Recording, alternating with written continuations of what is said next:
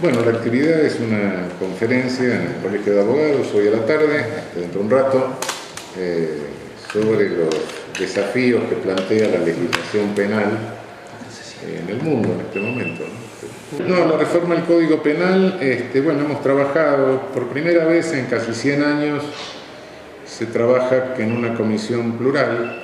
Hemos copiado el método que tuvo Rodolfo Moreno en 1917 y que terminó la sanción del Código en 1921, es decir, el código que podría decir que tenemos vigente, cuyos restos quedan vigentes por todo el desastre legislativo posterior, ¿no? Y bueno, hemos trabajado en una comisión donde la presidí yo, pero la integró Ricardo Filavedra, Federico Pinedo, María Elena Barrayelata, Carlos Arganián, es decir, gente sugerida por el radicalismo, por el PRO, por el socialismo, por el Partido Justicialista, y creo que hemos hecho una labor linda, no sé, no digo que sea perfecta, puede ser perfectible, pero creo que por primera vez, porque hemos trabajado los 5 todo el texto, ¿no? No es que nos repartimos capítulos y después los ensamblamos, sino que todos discutimos 2 veces el texto, le dimos 2 lecturas, después hubo otra afinada final, hemos trabajado 1 año y algo, y bueno, queda un texto que a mi juicio es bastante coherente. El martes tenemos la última reunión formal para firmarlo, y bueno, quedará después a disposición del Ejecutivo para entregarlo al Ejecutivo, lo que nosotros hacemos con este proyecto. El Ejecutivo verá, hay muy pocas disidencias, hay algunas disidencias con puntos menores que bueno, se dejan a criterio del Ejecutivo, fulanito que no algo distinto en ningún tema, pero ningún tema estructural. En general ha habido una coincidencia, lo que demuestra la posibilidad de trabajar en conjunto, ¿no? Determinadas cosas. No, una de las condiciones fue que el aborto no se tocara. Hubo un pequeño retoque introduciendo nada más que la jurisprudencia de la Corte, pero no, el tema de aborto tiene que ser un tema que lo tiene que tratarse y discutirse separadamente. Tanto en la experiencia alemana como en la experiencia austríaca, como en otras, y como en la nuestra del 2006, si se toca algo en materia de aborto, eso hace abortar el proyecto, porque se discute el proyecto, se discute el aborto y no se discute el proyecto.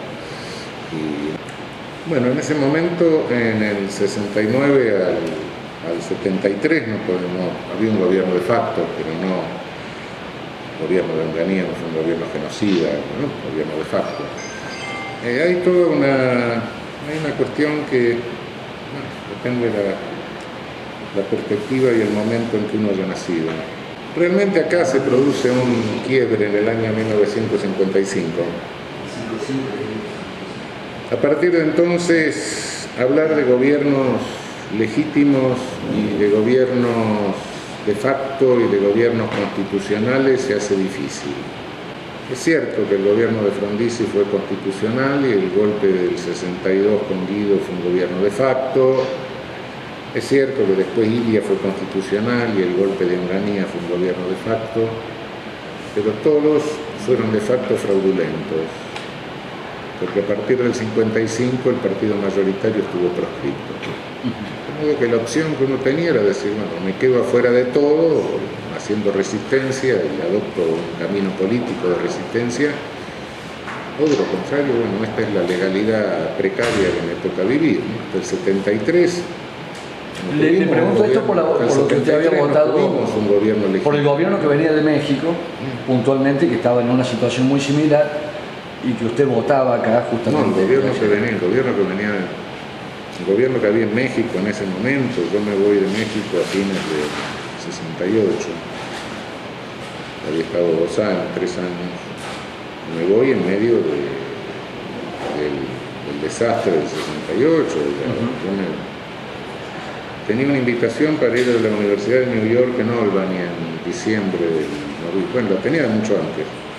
Cuando vi lo que estaba pasando, era uno de los pocos extranjeros que estaba suelto en Veracruz, y me fui a Albany. Y 3 días después fue el Tlatelolco Manual. Es decir, lo que estaba pasando en México, si lo comparo con lo que pasaba acá con Onganía, era terrorífico, me desaparecían alumnos de la clase.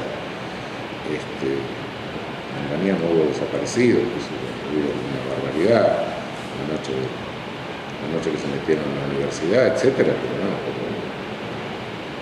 no, lo de México era trágico, lo del 68, lo que yo vi allá fue muy duro, lo cual me decidió a volver.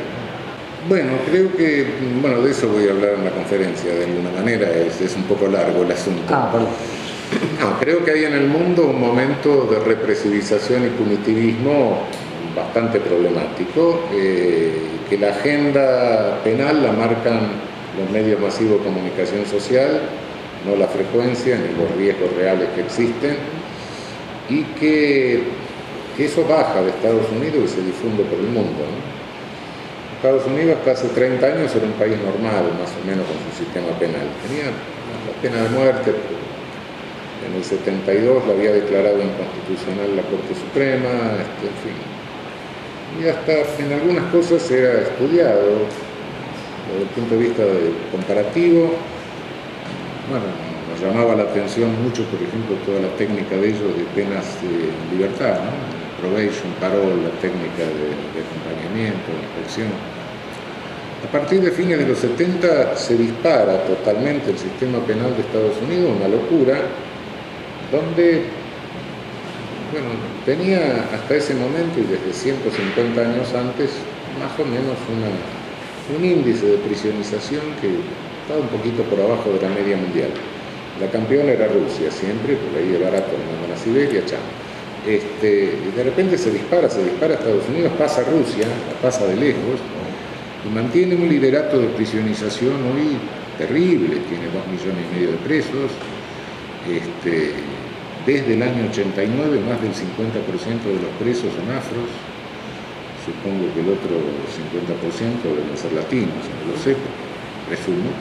Es como que en un momento dijo, aquella política económica de achicar el Estado no es tan así.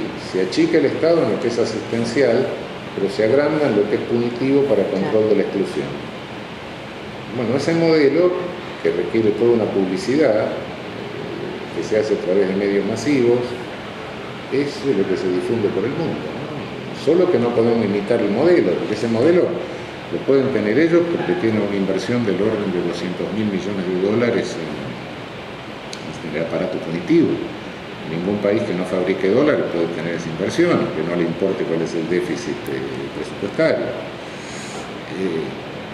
No sé si hoy ya no le importa, creo que le está importando un poco, lo que pasa es que no sé cómo, no creo que le sea fácil, porque semejante aparato ha generado una demanda de servicios que, aunque parezca mentira, tiene incidencia sobre el índice de empleo y de desempleo. ¿Considera que las políticas criminales que se llevan adelante en nuestro país realmente se están implementando? ¿Existen? Sí, existen. Lo que pasa es que creo que en gran medida corren detrás de este modelo, y las de toda América Latina. En algunos países más exageradamente. Si usted me pregunta... Se lo pregunto porque usted cada vez que hace algún comentario o alguien de la Corte Suprema, como en el caso de la droga, que pareciera que fuera como una adivinanza que entró a la Argentina, cuando parecía que todo el mundo la veía, tiene más repercusión de que cuando lo decía algún medio. ¿Usted entiende lo que le quiero decir? Sí, tendrá toda la repercusión, pero los medios son los que causan el pánico moral. No hay nada que hacer, de cualquier cosa que pueda decir uno. Es decir, la construcción social la hacen los medios. Y el discurso que veo a lo largo de toda América Latina es el mismo, con realidades muy diferentes, realidades muy distintas. Es decir, si yo viese un discurso diferente en razón de los diferentes niveles de violencia, diría, los niveles de violencia son muy distintos y el discurso es el mismo, lo cual indica que ahí hay una política de creación de realidad. El problema policial es otro, no es algo que pase a la sociedad argentina. Me parece que hay un problema de que no se repensó el modelo de policía, ¿no? Tenemos 30 años de democracia. Nosotros nos hemos comprado, hemos copiado la Constitución de Estados Unidos, más o menos, con alguna cosa, Pero lo que no copiamos de Estados Unidos fue la policía comunitaria. No digo el sheriff electo, pero bueno, más o menos, ¿no? Una policía con inserción comunitaria, sino que montamos desde Rivadavia para acá, desde que se cierran los cabildos para acá, montamos una policía de tipo borbónico-francesa de ocupación territorial. Una policía que se militariza, una ocupación territorial militarizada, una policía de ocupación colonial, en definitiva. El modelo policial yo creo que nace en las colonias, los ingleses lo hacen nacer en la colonia, los franceses, los belgas, etc., y después se lo llevan a Europa. Creo que es una ocupación militar del territorio, nada más. Y bueno, es la policía que nosotros tenemos, que es un servicio civil. Y bueno, tienen derecho a pedir mejoras, tienen derecho a pedir reclamos, como lo tiene cualquier trabajador, ¿no? No, derecho a huelga no puede tener. Derecho a huelga no tiene ningún servicio público que tenga necesidad, no puede declarar una huelga a la guardia de los hospitales. Pero bueno, es cuestión de sentarse a discutir, a ver si tienen derecho a sindicalización, derecho a tener condiciones colectivas de trabajo, de discutir sus condiciones laborales en forma horizontal, que es lo que crea la conciencia profesional, ¿no? Son trabajadores como cualquier otro. Y bueno, esto de que tengan que acudir a planteos y cosas, condiciones salariales, etc., yo creo que están metidos en un régimen. Cuidado, yo no voy a hacer la defensa de la policía, ni necesitan que la haga, pero temo muchas veces, digo, bueno, cuidado, el hilo se corta por lo más delgado y es una cara que estamos viendo, pero una cara en la que seleccionan personas, generalmente de segmentos carenciados, les dan un entrenamiento precario, la meten en la calle en una condición de inseguridad, lo meten en un régimen donde se forman cajas, no me voy a llamar engaño, las cajas se recaudan así, se reparten así. Yo no sé si no estamos violando más los derechos humanos de la policía que los criminalizados. No se excede. Cuidado, es un poco. No se excede este Estado también cuando considera que la policía es la responsable de contener la marginalidad social. Y por supuesto, si nosotros pretendemos contener la exclusión, cuidado que hoy no es marginalidad, es exclusión. Exclusión no es lo mismo que explotación, es peor. La explotación, el explotador necesita al explotado, el excluido es alguien que nació de más, ¿sí? Hay que tirarlo, un descartarlo. Sí. Cuidado, hoy hay gente que cree que está en el siglo XIX, ¿no? Y entonces cree que va a controlar a los excluidos rodeando las villas, las favelas, los barrios nuevos, sí, con los cosacos del Sar. Bueno, no hay más SAR, no hay más cosas. Entonces la técnica de control es más perversa. Es generar contradicciones entre los sectores excluidos. ¿Quiénes son víctimas? Personas de esos sectores. Los más vulnerables. ¿Quiénes son victimarios? Personas de esos sectores. ¿Y quiénes son policizados? Mientras se matan entre ellos, se entretienen en matarse y no cobran conciencia o se les dificulta la generación de una conciencia y no pueden coaligarse. Y si no pueden coaligarse y generar conciencia, no pueden tener protagonismo político de responsable, ¿no? En cuanto a materia penal, con lo que ha dicho la Presidenta de la Nación y a su vez distintos entes, ¿qué reflexión le cabe con que los jueces largan profusamente a los presos a la calle? El discurso ese es un discurso que proviene de mi viejo amigo, que en paz descanse, Bernardo Neustadt. Ya lo conocé. Sí.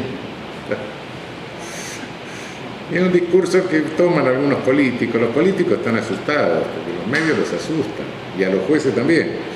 Es decir, hay políticos oportunistas que se montan sobre el discurso, pero hay otros que no son oportunistas, son un tipo de buena fe, pero que le tienen miedo al discurso mediático, lo fusilan.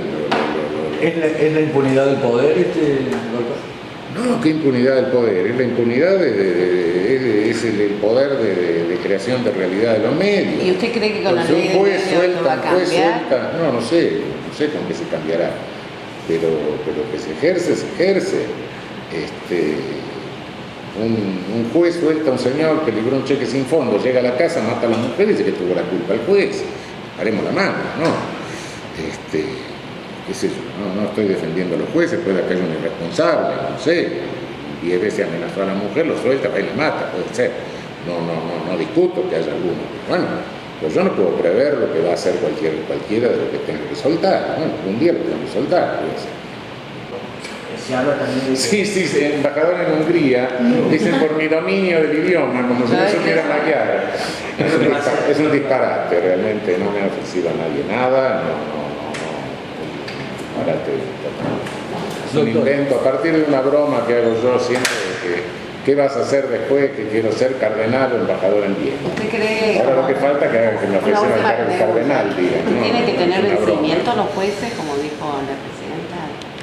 Yo creería que en una futura constitución, si pensamos un día en un tribunal constitucional, los modelos europeos son modelos dignos de tener en cuenta, tienen mandatos largos, que no deben coincidir con las elecciones del gobierno, mandato de 10 años, 12 años, renovación por tercios, designación por distintas formas de designación, lo cual hace difícil que se lo canonice.